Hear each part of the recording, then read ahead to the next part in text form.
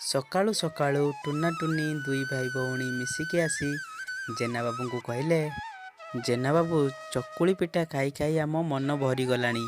ଆଜି ଟିକେ ପଖାଳ ଭାତ ସହିତ ଶାଗ ଭଜା କରିବା। ସେଥିପାଇଁ ତମେ ଆଜି ଆମ ପାଇଁ ଶାଗ ଭଜା କର। ଏହା ଶୁଣି ଜେନା ବାବୁ ଚାଲିଗଲେ ଶାଗ ତୋଳିବା ପାଇଁ। ଆଗକୁ କ'ଣ ହେଉଛି ଭିଡ଼ିଓଟିକୁ ସମ୍ପୂର୍ଣ୍ଣ ଭାବରେ ଦେଖନ୍ତୁ। ଶାଗ ତୋଳାତୋଳି ସରିଗଲା।